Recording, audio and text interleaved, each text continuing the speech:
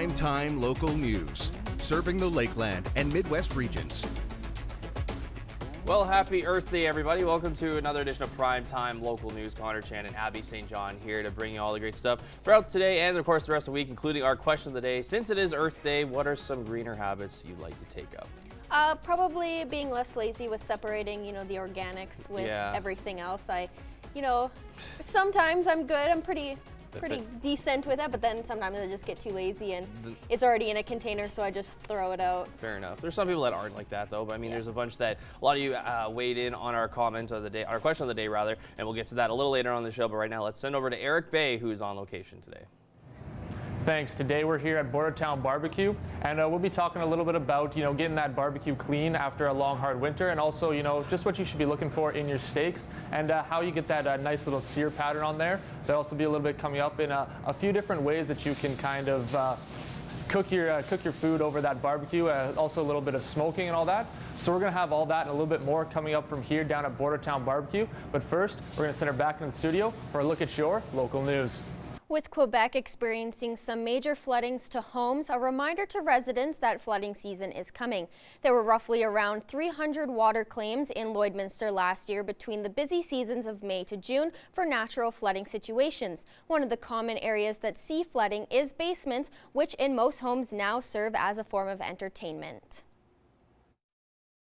We normally see a lot more internal damages, but over the last few years there's been an increase of what's called overland flooding. That's how insurance companies refer to it. And that overland flooding can just be devastating, coming in through windows, doors, openings in your foundation. So that is something that's really been on the rise. Being prepared ahead of time is one of the biggest things people can do to combat flooding. Herbis recommends having a sump pump in your home. I've had clients phone up and they say, our house has not flooded for 40 years and it's flooding now. And we ask, do you have a sump pump in the basement? And the common answer is no, we've never needed one up until now. Well, we've never seen weather like this before. Whether you believe in climate change or not, it's happening. So get a professional sump pump installed in your basement, number one. And number two, if you notice cracks and leaks starting your foundation, don't ignore them. They're only going to get worse. If you are unsure as to what your policy does and does not cover with respect to water damage, give your insurance broker a call. Winter driving season ended a few weeks ago, so now is a good time to make sure your vehicle is up to standards. The extreme cold temperatures we experience may have created some issues for your vehicles. That February we had, it's really had a good cold weather, so it could leak some hoses or seals that could leak out, okay, and also driving through snow and potholes and that could develop some front-end issue, okay, like suspension, ball joints, tie rods, and all that. With the chance of common issues affecting your car, it is a good idea to get it inspected. Preparing it to go to a summertime, you should get it all checked before, especially your coolant and that, because it's going to be from cold to hot weather, right? Crew says checking your vehicle's lights is also important. For over a decade, the city has taken part in Pitch-In Week, and in this week's retrospect, I take a look at how it has changed.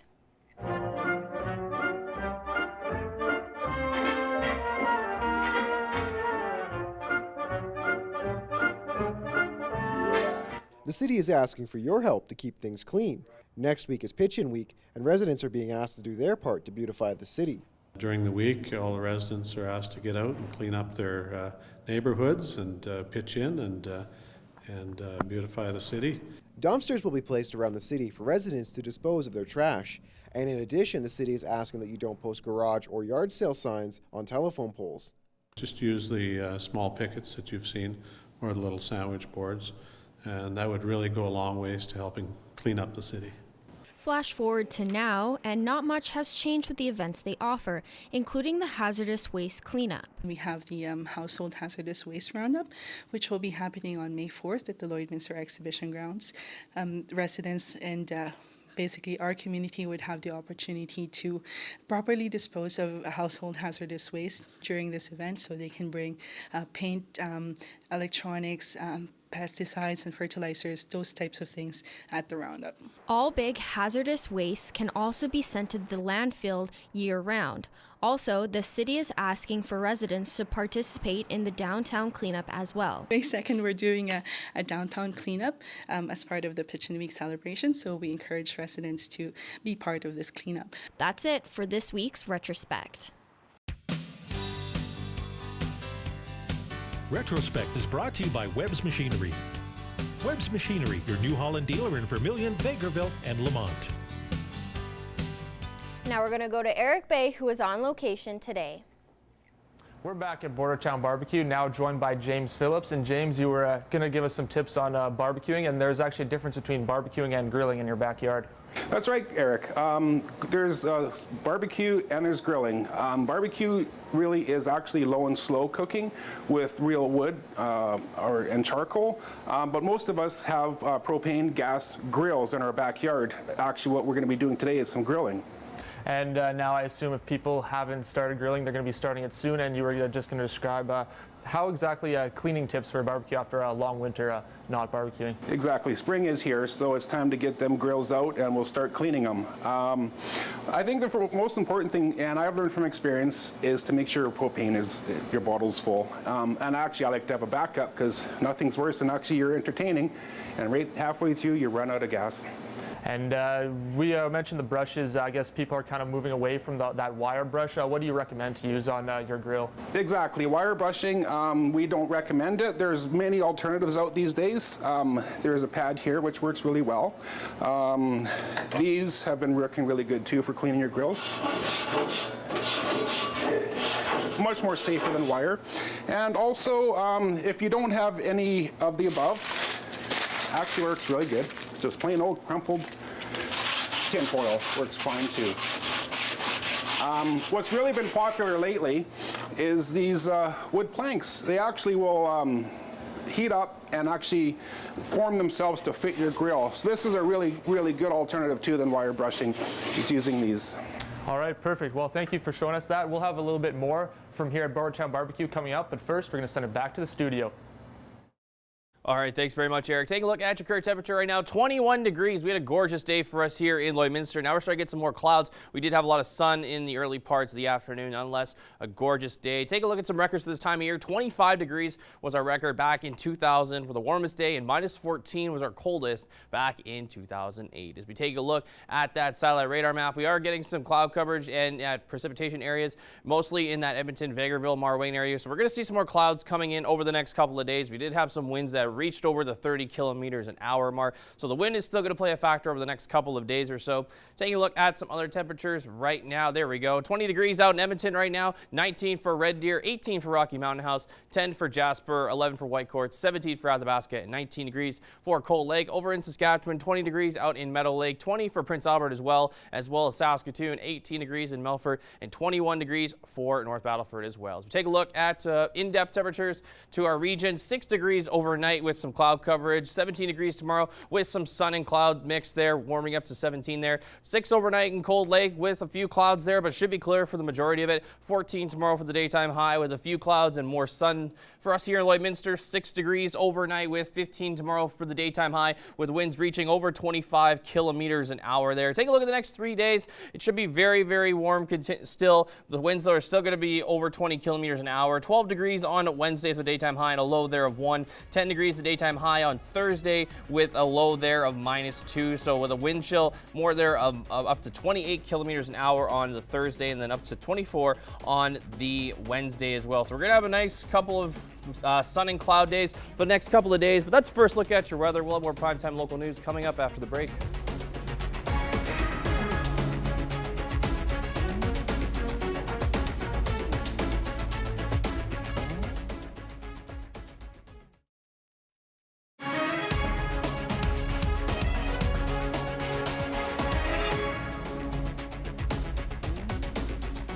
Welcome back. New rules are rolling out for livestock transport in Canada. Gerard Lampow finds out why industry stakeholders are not happy. The biggest change is the maximum hours in which cattle can be transported. That's been reduced from 48 hours, which is the current rules, down to 36. The new rules come into play in February 2020. All livestock transported across Canada will be affected. Animals will have travel time reduced so they can be offloaded for food and water, a rest period of 8 hours instead of the previous 5 hours. Then they can be loaded up again for the rest of the trip. Cattle producers argue that nearly all of their animals on long cross-country travels reach their destination in good condition under the present rules. It's 99.95 success rate according to Agriculture and Agri-Food Canada research. So the reduction in hours effectively is going to cause more frequent loading and unloading, along with increased risk of contracting disease due to more exposure to other cattle at rest stops. Stadnicki sees greater stress for the animals and higher injury risks. And that's what really concerns us, is that we're likely to move farther away from the 100% success rate that the industry is currently operating at right now. Another contention is that most of the concerns seem to be with poultry transportation. Cattle producers argue that the CFIA is updating 44-year-old rules but have ignored beef research.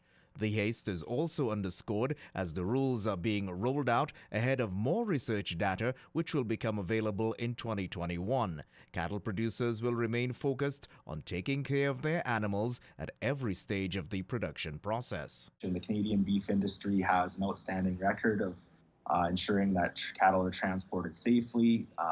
Agriculture and Agri-Food Canada research is showing that over 99.9% of the time cattle are reaching their destination in good conditions. Producers say apart from being good stewards, if their feeder cattle arrive at feedlots in poor condition, it's obviously bad for the bottom line. They say the haste to update the rules may have to do with appeasing animal advocates, so the prevailing science has been trumped by looming federal elections. The regulations need to be based on science, and they also need to lead to demonstrable improvements to animal welfare in the cattle industry. And we're concerned that these regulations may take us farther away. Gerard Lampow, Primetime Local News.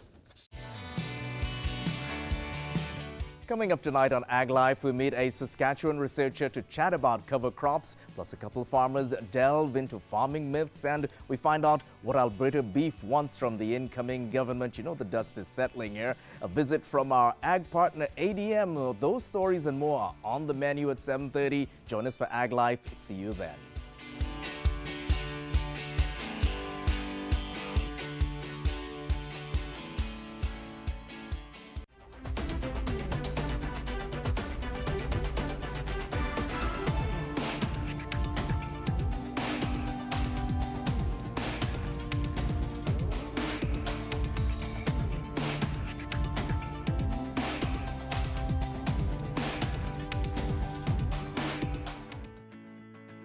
Every member of the City Centre Auto Body team has been through extensive training. We're constantly upgrading our team's education to reflect current collision repair technique.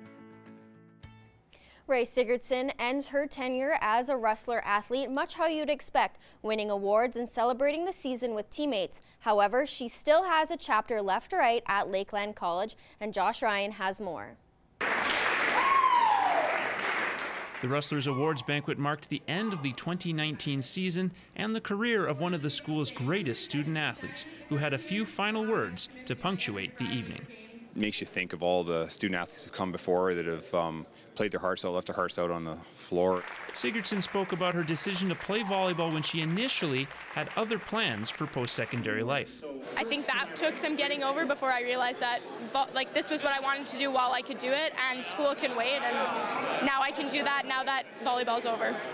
The four-time All-Star grew on and off the court, ending her final season with another All-Canadian and academic All-Canadian selection to go along with a league MVP and Rustlers Female Athlete of the Year. As the seasons went on, the years went on, she figured life out, she figured the sport out, and she became a leader instead of being led. And those are those special student athletes that every coach wishes they have, and they wish they had a whole team of them. Looking back at her decision, she has no regrets. Business wasn't necessarily like my plan or my area, but I learned a lot of things while I was doing it, and so now I can use that. Thanks to expansion with Athabasca, Sigurdsson can complete a Bachelor of Science degree and continue her Lakeland experience as an assistant coach, a decision that has her Rustler family excited for next year. I actually think it's hard to leave because the people here are so loving. That's kind of like what I'm from. Like, I'm from a small town where everybody knows everybody, everybody likes everybody, and Ray, she had a great career. I'm glad to hear she's coming back next year to help with Austin, and that'll just start a new chapter of her life. And while that brings new challenges, she's looking forward to continuing to assist what she has played a significant role in building. Austin, I've already kind of talked about how I'm going to feel when the league starts and like how I'm going to feel when we're competing again and I don't get to be out on the floor. And it'll be another growing situation for me, but I'm excited to be able to give back to the team still in a way. Josh Ryan, Primetime Local Sports. Now we're going to go over to Eric Bay, who was on location today. Back here again at Bordertown Barbecue with James Phillip, and we're talking about steaks, and now there's quite a few different kinds if you are going to the grocery store looking for your barbecue steak, isn't there? That's right. There's a big selection for you guys cooking at home. There's your porterhouse, ribeye, T-bone, strip loins, tenderloins. What we use here is called a strip loin, which actually is the long half of the T-bone, and the other part is the tenderloin. So here actually is a full tenderloin that we use. We use AAA. The brand is called Northern Gold. It's actually 100% Alberta beef from the Brooks area. High in marbling. It's actually quite a juicy steak. Here we cut them to order, and we're just going to actually be slicing a few right now for lunch. And you mentioned the marbling. What are you kind of looking for there with the marbling?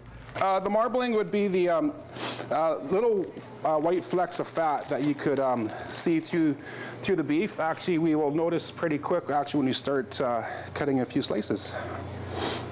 And when you are picking out, say the strip loin steak here, is there anything else in particular, or is it just kind of whatever's at the store? You could go to, we have some local butcher shops here too, and I think the butchers at the supermarkets could also help you out also. So when I talk about the marbling, here's our first slice. We're not going to use this is just the end piece, but you could see all the intramuscular fat in here. That's going to also, when we're cooking, render and produce a very juicy steak. And I see you have a fairly thin slice there. Is that kind of what you want too when you're cooking it on the grill? This is just the end piece, and now what we're going to do is a good thing about us when we cut our own is we can cut as thick or as thin as we like. So what we're going to do here is we're going to aim for about a 10-ounce steak. All right, perfect. We'll have a little bit more coming back from here at Bordertown Barbecue, but first we're going to send it back into the studio. All right, thanks very much, Eric. Taking a look at your current temperatures once again here. 21 degrees for us here in Lloydminster, as well as in Vermilion, Wainwright, and St. Paul. 20s out in Vegreville, Edmonton, Bonnyville, and Marwayne. 16 degrees out in Lac La Biche. 19 above for us here in Cold Lake. 18 in Pierceland. 22 in both Provost and Macklin. 20 also out in Maidstone. 21 in North Battleford. 20s also out in St. Walburg, Meadow Lake, and 19 out for Green Lake as well. Other temperatures, 18 degrees right now in La Loche and Buffalo Narrows, 15 degrees in La Ronge, 11 degrees out in Flin Flon, 13 for South End, 12 in Walston Lake, 17 for Stony Rapids, 10 degrees right now here in Slave Lake, 16 degrees for Grand Prairie, 11 for Peace River, 19 degrees out in Fort McMurray, a little bit cooler out in High Level, sitting at 9 degrees, and Fort Chipewyan sitting at 15 degrees. As we head down south, 22 degrees right now out in Medicine Hat, 19 degrees in Lethbridge, 20 degrees for Calgary and Coronation, 13 degrees out in Banff. Over in southern Saskatchewan, 19s across in Swift Current, Moose Jaw, and Regina, 24 degrees in Kindersley, one of the warmer areas that we're seeing here today, 17 degrees currently also out in Yorkton and Estevan as well. As we take a look at temperatures for tomorrow as our daytime's highs, a little bit cooler than we are experiencing today, so it's going to cool down a bit. Mostly the wind chill is going to play a bit of somewhat of a factor as we're still going to get winds over 20 kilometers an hour, so 15s for us here in Lloydminster, Maidstone, St. Walburg, Wainwright, Vermilion, Marwayne, the whole Lakeland area region, Bonnyville and Cold Lake and Pierceland, St. Paul rather, sitting at 14 degrees, 13 in Lac La Biche as well. Out in Edmonton sitting at 14 degrees as well as in Vegreville, 14 also in Provost, and 16 degrees for Macklin. Other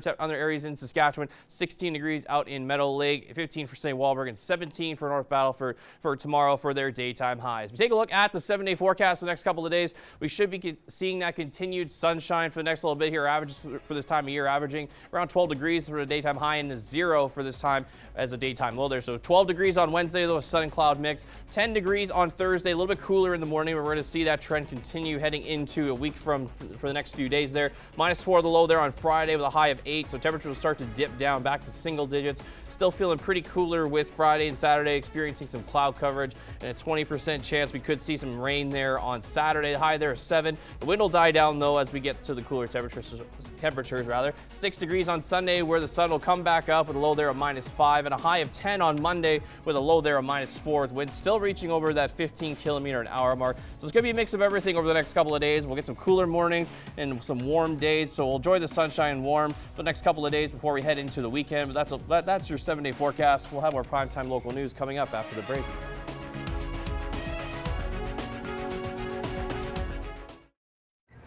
Once again, back at Bordertown Barbecue, joined by James Phillip, and we're just getting the steaks ready and preparing them to get on the grill. And what do you kind of do before you do put them on the grill? Well, we weigh them out, and we do about a 10-ounce steak, so we're right on 10 ounces here. So what I like to do is after we slice them fresh is I brush them with a little bit of oil. And why with the brush? I also can do it this way too, is just on the plate and then rub it in, kind of? Yes. So we'll get these all ready for grilling. And is there any particular sort of spices you like to use, or? Yes, some people don't use any at all. They just think the beef should speak for itself.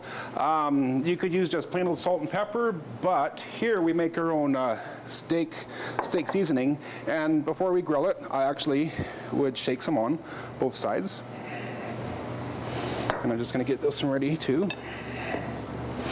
And then just kind of season to taste? Yes, and that's all your own preference too.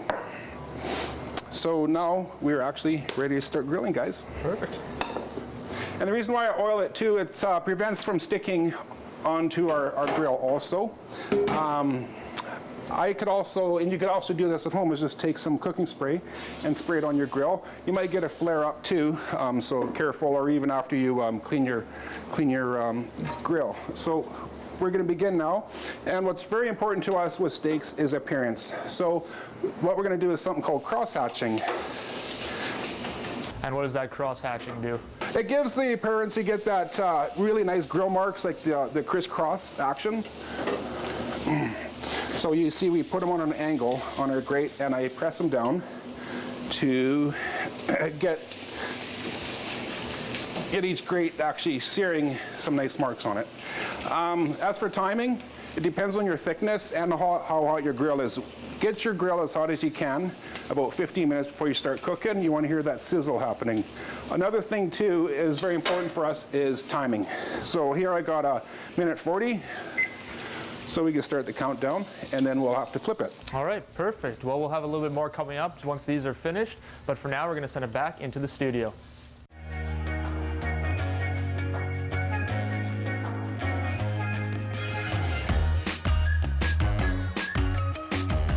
All right, so with today being Earth Day, we asked on Facebook, what are some greener habits that you'd like to take out? Just some of the comments that I want to read. Grow a bigger garden. Yes. A lot of people are big into gardening now these days.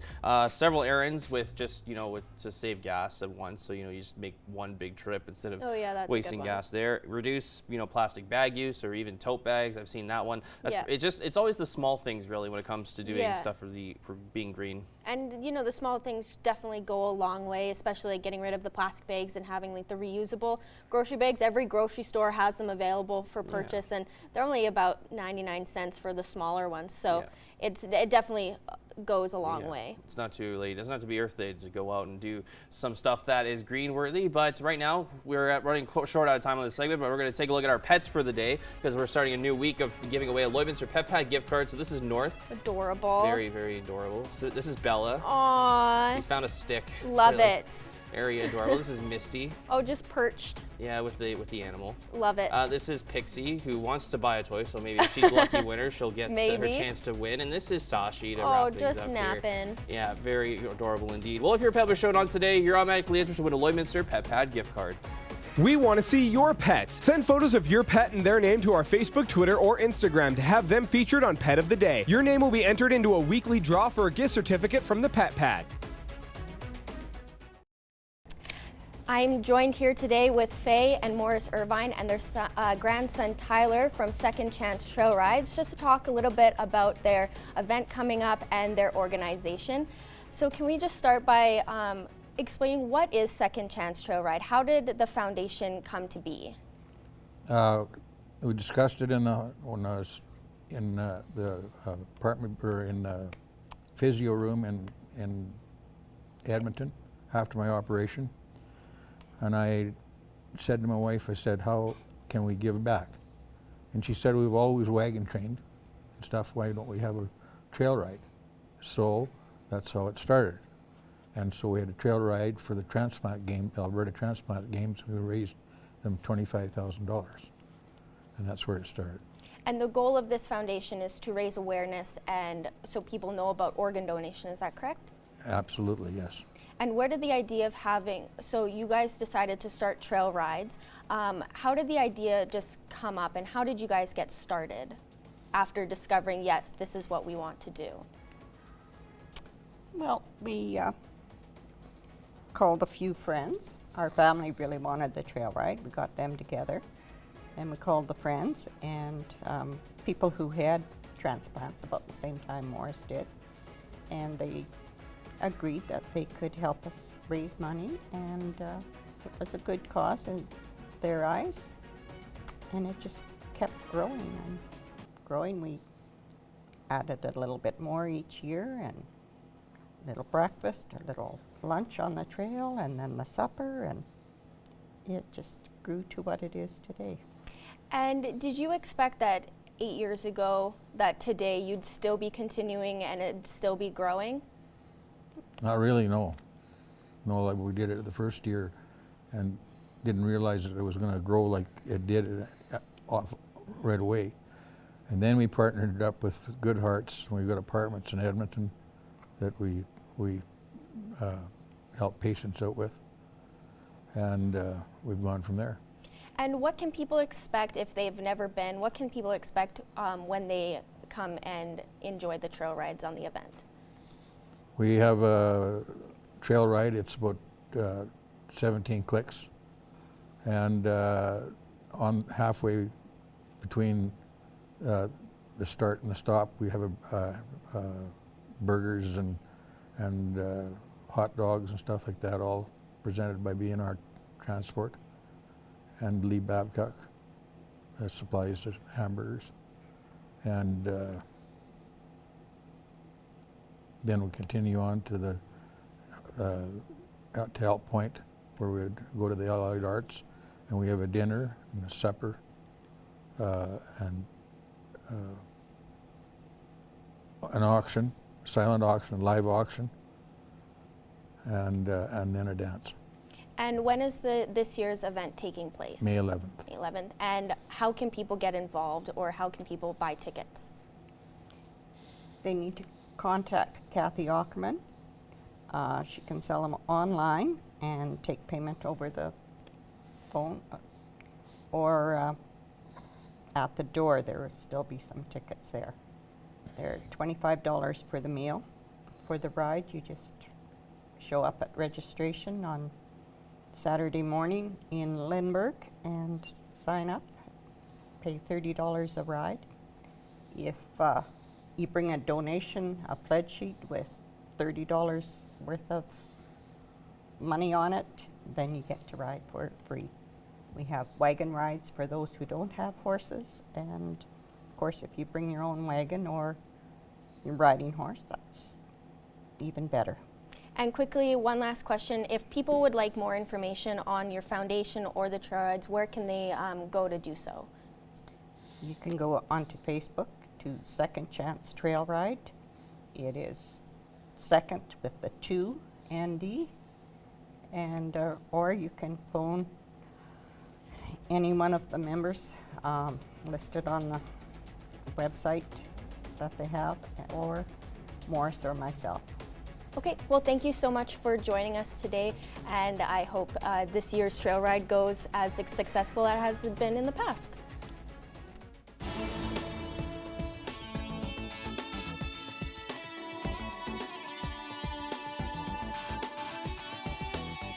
Hey, it's Sarah from Real Country 97.7, and here's your look at what's going on in St. Paul this week. Happening this Friday, April 26th, it's the Student and Family Talent Showcase and Dance. Watch the St. Paul Elementary Community School students show off their talent with the help of family and friends. The show will be followed by a family dance and silent auction. Doors and concession open around 5:30, and the show will start about 6:30 p.m. Tickets are $2 a person for people ages 2 and up. All proceeds for the night are going back to the SPECS Music Department. For more information, you can email Elma Noel at almanoel@gmail.com. And the annual Fish and Game auction is happening at the St. Paul Recreation Center this Saturday, April 27th. Cocktails will be at 5:30, dinner at 6 p.m. Tickets are $35 a piece, or you can purchase a table of 8 for $280. Tickets are available at the Northern Lights Welding and Warehouse Sports. For more information, you can go to the town of St. Paul/fishandgame.ca. I'm Sarah, and that was your look at what's going on in St. Paul this week.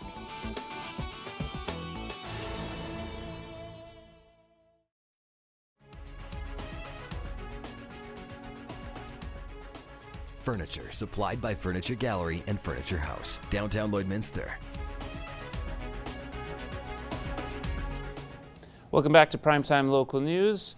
Brett in for Buck, and we're going to talk pro sports with Brett one last time, which is definitely as a fan, your area of expertise, especially in the sport of hockey.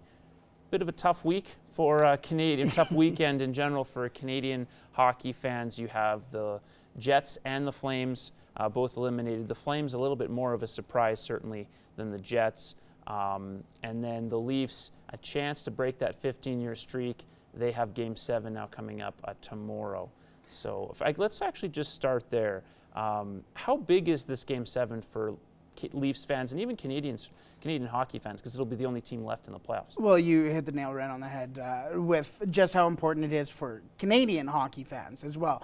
I know a lot of Oilers fans were cheering for the Flames, and I know just a bunch of Canadians are cheering for Canadian teams. And I think now with Calgary gone, Winnipeg gone, two teams that a lot of people had going a long way, including myself. I had Winnipeg winning the Cup, unfortunately. But you see... you must be the only person that had that prediction. Most likely was. But with Toronto, I think it kind of exemplifies just the love that the Canadians have for hockey. You see Maple Leaf Square just flooded with blue. People dressed up, and it's all anyone can talk about. You see the Nazem Kadri thing has definitely exemplified how big this series is. And I think, honestly, the two teams, the Boston with their prolific scoring with Marchand and DeBrusk and Pasternak, and Toronto on the other end with Matthews, Tavares, even Riley as well. It's going to come down to, I think, the goaltending. Yeah, and that certainly could be the case with bothering Tuukka Rask at the forefront of many Leafs minds. But Toronto fans have something else to cheer about. Of course, the Raptors looking pretty dominant in their last couple of games after losing on a buzzer beater, essentially, in Game 1. Playoff Kawhi is my favorite Kawhi. Obviously, Spicy P having a great playoff as well. Do you think, especially when you watch the other series, do you like Toronto's chances a little bit better now that they've shown themselves to sort of even out? Not really. And not 100%, because you see all these other Eastern Conference matchups that are 3-0, 3-1. Boston advanced yesterday. They're not clear-cut games, and they're not games that, or they are clear-cut games, and they're games that teams aren't getting tired for. You know, Toronto's coming into each game, fighting for each game, even though they are getting the results, but they're battling. They're fighting hard against a tough Orlando Magic team, where you see Boston just flew right by. So it's going to be tough, I think, upcoming for the Raptors, I think. Yeah, hopefully the 76ers can prove you wrong by losing Game 5 to Brooklyn, extending the series one more game. And perhaps we don't know with Joel Embiid whether he'll be healthy or not. Last minute here, a little less than a minute. Vlad Jr., do you think he's going to be called up pretty soon? Because that's the scuttlebutt. Is it in the next week or so? It looks like the Blue Jays are going to give him that shot. I think so, and I think he has to as well. Something that a lot of people are scared about is the production, a matter of if he's going to be able to produce at the MLB level. He has everywhere else, and when he was put into AAA this year, people were still questioning if he was going to be able to produce. And first 2-3 games, he hits one out of the park. It literally hits a car, at a almost professional ballpark. So the kid's ready. I think the fans are ready, and I think the organization's ready. So this is definitely going to be a big jump for them. And next will be Bo Bichette and Biggio and all that. And it's definitely going to be a youth movement coming up for Toronto, and it's definitely going to be an exciting time for them. And that's one of the few things that Blue Jays will have had to be excited about in the past year or so. Thank you, sir. Thank you. It's been a pleasure. Appreciate it. And we'll have more on Primetime Local News. We're once again here back at Bordertown Barbecue, and we've been actually cooking these steaks on the grill now, and just learning a little bit. Some of your grills may have those hot and cold areas, so you're going to want to make sure that depending on the thickness of your steaks, you are moving them a little bit back and forth. We've also been talking a little bit about making that pattern. You saw the nice cross hatching on there, making that little crisscross in the steak, just give it a little bit of that better presentation. We also talked a little bit about the medium rare and kind of that temperature you need it to be at, how long you should be cooking if you do not have that thermometer or that timer. And again, thank you once again, James Phillip, for showing us how to get those steaks going. And now we're going to dig in, take a look at this beautiful medium steak. We will be back again tomorrow. First, we're going to throw it back into the studio to wrap up your newscast. I really thought he was going to eat that whole half just right off. Yeah, it would be interesting to see him do that. Yeah, well, thanks for that, Eric. So let's take a look at your current temperatures one last time here. 20 degrees currently for us here in Lloydminster still. Bit of cloud, much more cloud coverage than earlier in the day. 20 also out in Maidstone, 19 for Vermilion, 20 out in Vegreville, 15 for Edmonton, 19's out in Bonnyville, Cold Lake, 17 for Lac La Biche, 19 also out in St. Paul, 21 degrees out in Wainwright. Let's take a look at temperatures for tomorrow. It's going to be 5 degrees cooler than it is currently right now. 15 degrees for us is the daytime high. 15's also out in St. Walburg, Maidstone, Vermilion, and Marwayne as well. 14's out in St. Paul, Bonnyville, Cold Lake, and Edmonton as well. Wainwright also sitting at 15. Provost sitting at 14. Macklin 16. North Battleford will see 17 degrees tomorrow, as well as Green Lake. Lac La Biche will sit at 13 degrees tomorrow for their daytime high. Now, as we take a look at the next 7 days, the next 3 days, we should enjoy some double-digit temperatures while we can, at least just for the 3 days as we see on the weekend here. So low of 6 there for us tomorrow morning. Low of 1 for Wednesday morning, warming up to 12 degrees for the daytime high with a cloud and sun mix there. -2 on Thursday with the daytime low with a high of 10, with still some winds that are reaching over 20 kilometers an hour. So it might still feel a little bit cooler, especially as that clouds start to emerge over the sun as we get those cloudy periods throughout the day. Now, as we head into Saturday and Friday we'll have the high there of -8 degrees with a low there of -4. So we'll see some cooler mornings over the next, starting on Thursday, as you can see on the map, on the chart there. So a high of 7 degrees on Saturday. Both days more cloud in favor there as the sun won't really pop up there. 6 degrees on Sunday and 10 degrees on Monday. Low there's a -5 and -4 as well. So a little bit cooler in the morning. So make sure, still dress kind of appropriately for those mornings. Then it'll get warmer later on the day. Yeah, I love this kind of weather. It's not too hot where you're sweating and you're dying no matter what you wear, but you're in that nice little area where you can feel nice. Yeah, exactly. That wind kind of helps too. Yeah, definitely. Well, that's going to do it for us here tonight, folks. Thanks for watching. Have yourselves a great night.